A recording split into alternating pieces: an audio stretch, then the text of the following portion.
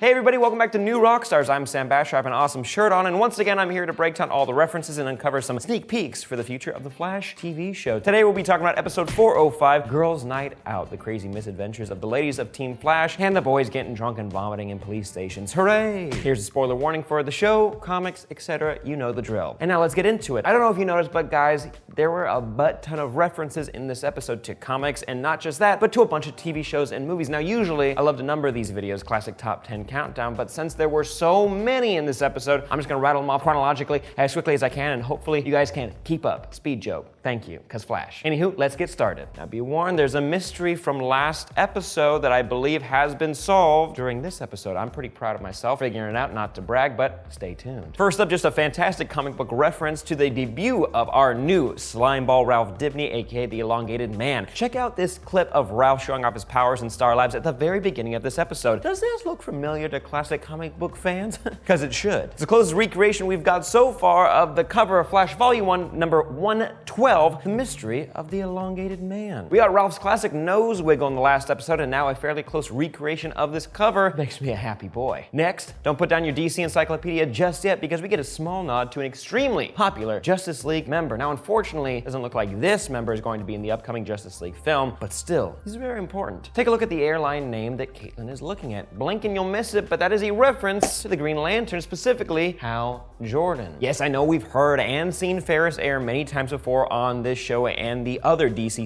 CW shows, even all the way back in the premiere episode of The Flash. Also, in case you haven't been keeping up with Arrow, Hal Jordan, the most famous Green Lantern, appeared on the show. It was a second, and it was a jacket, and you didn't see him, but hey, pretty close. But back to The Flash. It wasn't clear where Caitlin was heading, but could it have been Coast City, the home of Hal Jordan? Possibly it's Ferris air, maybe they have a hub there. Who knows? Let me know your theories down below. Next up, we get a pretty awesome nod to another show that breaks the time stream more times than Barry, and that's saying something. No, not Legends of Tomorrow, because they don't have any rules over there, but Doctor Who, one of my all-time favorite shows. When Cecile and her daughter Joni are talking about how excited they are for the new baby, they give a nod to the long-running sci-fi series. Joni even mentions the new Doctor being a woman, Jodie Whittaker. I'm so excited for her. Yay! Ooh, little confetti. The sci-fi nods don't stop there. No. What does Cisco say right here? An adorable baby boy with Ewok-level chub. I mean, he's not wrong. Baby Barry is super cute, but was Barry so similar to the Ewoks that he tried to eat humans as an infant? Hopefully not. Ooh, speaking of scary predators, notice the creature that's presiding over the child wedding of Iris and Barry. That's right, a dinosaur, specifically a T-Rex. Don't let this one slip by you, because dinosaurs and specifically T-Rexes are playing a very big role in the DC TV universe. Remember one of the most heartfelt episodes of season 2, The Runaway Dinosaur, directed by Kevin Smith, shout out. This episode is titled after a book that Barry's mom reads him when he was a kid of the same name. One of my favorite episodes, and he could be playing with the dinosaur as a kid as a way to remember his mother. Kinda sad. For a less sad reference though, most of our other DC heroes have gone toe-to-toe with an actual T-Rex many times in the past. The Atom over on DC's Legends of Tomorrow has faced off against the same T-Rex twice in season 2, and then when Legends broke time, it allowed a flock of these ancient beasts to invade Los Angeles in present day. Because of course,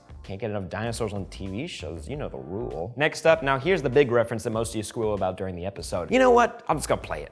Oh my God, you're like the Incredible Hulk. I said that with too much chutzpah. That's right, folks. Felicity compares Caitlin and her confusing alter ego killer Frost to the Incredible Hulk. Pretty cool. These shows are getting to new levels of meta references, and not, meta as in meta humans, just, inside jokes. Just a few weeks ago, Oliver Queen name dropped the Dark Knight himself, Bruce Wayne, and now a hero from another competing comic book company is being referenced. I'm a happy boy. Also, I get the feeling that this could be DC tipping his hat to Marvel, since Thor Ragnarok, the buddy team-up movie between Thor and the Hulk, premiered just last week in the United States. Now we just need the Inhumans TV show or Agents of S.H.I.E.L.D. when it comes back to give a little reference to the Justice League movie. It's coming out in a few weeks, and we can call it even. Moving on, can I just say that I love Drunk Barry? Not only is he just super enjoyable to watch, he's also rattling off references left and right all the time throughout the entire episode. Listen off a few. He didn't mention this one, but he kinda did. Just play this clip right here. Barry, what did you just do? I just went and got peanuts from a bar. You didn't even move. Or did I? This definitely feels like a reference to one of my all-time favorite speedsters, the Quickster. Oh, who's the Quickster, you're asking? Well, he's only the fastest sponge under the sea. There's this episode of SpongeBob SquarePants where the crew obtains superpowers for some reason, and you get this A+ joke. Wanna see me run to that mountain and back? You want to see me do it again? That's all I want from these shows, SpongeBob Easter eggs. Barry also gives us this meta joke when he's crying over his chicken wings. Hey, Side Flash, why the face? Anybody know what I'm referring to? Because we're about to get into meme territory, people, so buckle up. Back in Flash Season 2, Barry accidentally breached over to Supergirl's Earth. During the filming of this crossover, we get this unforgettable still of Barry chilling out in a park when they're filming, which is rightfully nicknamed Sad Flash. There's no way that the writer's room or the Flash missed this. More memes, please, more memes. But also, don't let Barry keep crying. Dry those tears, especially after this reference to the movie that keeps on giving references. Why didn't Rose make room for Jack on the door?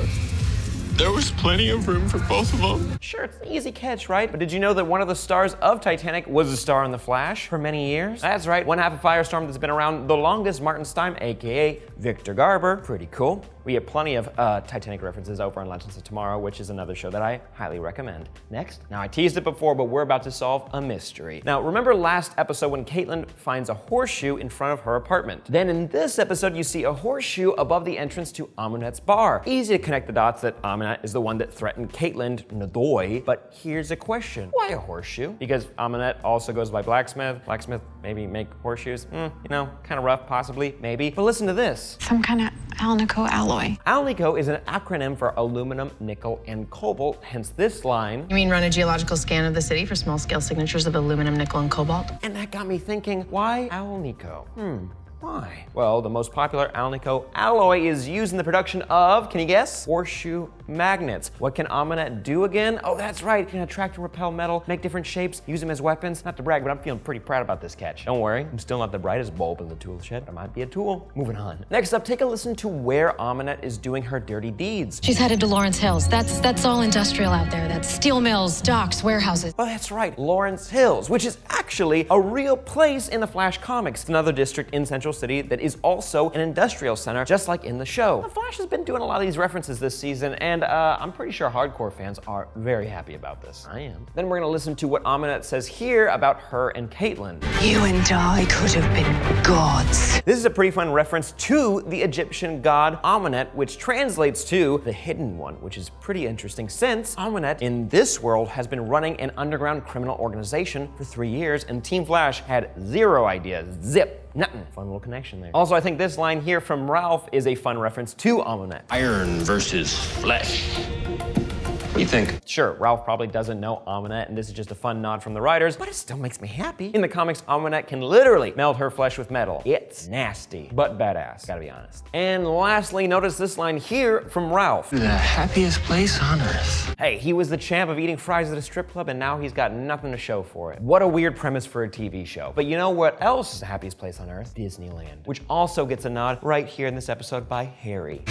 Disney, you're a regular in this joint? Disney, Dibny, great mix-up. Maybe on Harry's Earth, Ralph Dibny is the elongated man, and then Walt Dibny made Walt Dibny Pictures, and they're very popular. They have Marvel comics. It's a big stretch, but I'm having fun here. And last but not least, here are a few honorable mentions that I'm gonna rattle off. First up, since we didn't talk about her debut years ago when she came on the show, Cecile Horton is actually a pretty important character to the Flash comics. Decades ago, Barry accidentally snapped the Reverse Flash's neck and killed him. He even went to trial for it, and who was his attorney? Bam! Cecile O'Malley, middle name, Horton. You're welcome. Second, Norvock, aka Eyehole, which kind of sounds like a possible Rick and Morty joke, or a G.I. Joe nod when they say Snake Eyes. This character does not exist in the comics, all right? Let me be clear though, Norvock exists. He's a crime boss who the Thinker works for, which I mentioned back in my breakdown of episode 1 of season 4. But Tentacle Eye Man, this is something new and gross, but hey, it's definitely scary and off-putting. Also gotta ask, how useful could that thing be besides grabbing snacks? Third, the Weeper, who I mentioned back during the Luck Be a Lady breakdown, finally made his appearance, and he's nothing like his comic book counterpart. In the comics, the Weeper just weeps when he commits crimes. It's super weird for that to happen, but in this, his tears are a love drug. I'm excited to see what that means for the rest of the season, and I don't know, guy look cool. And finally, who do you think could be the person that could breach Killer Frost off-world? I'm gonna throw it to you guys, but I'm thinking that this could possibly be an opening to finally throw the folded man onto the small screen. He's this man who could fold his body into the second and then the fourth dimension, which can allow for teleportation, sometimes depending on the writer of the comic. Maybe this can allow him to, fold between dimensions and universes? Who knows? I know it's a stretched, elongated man joke, thanks so much. But Amunet did say this.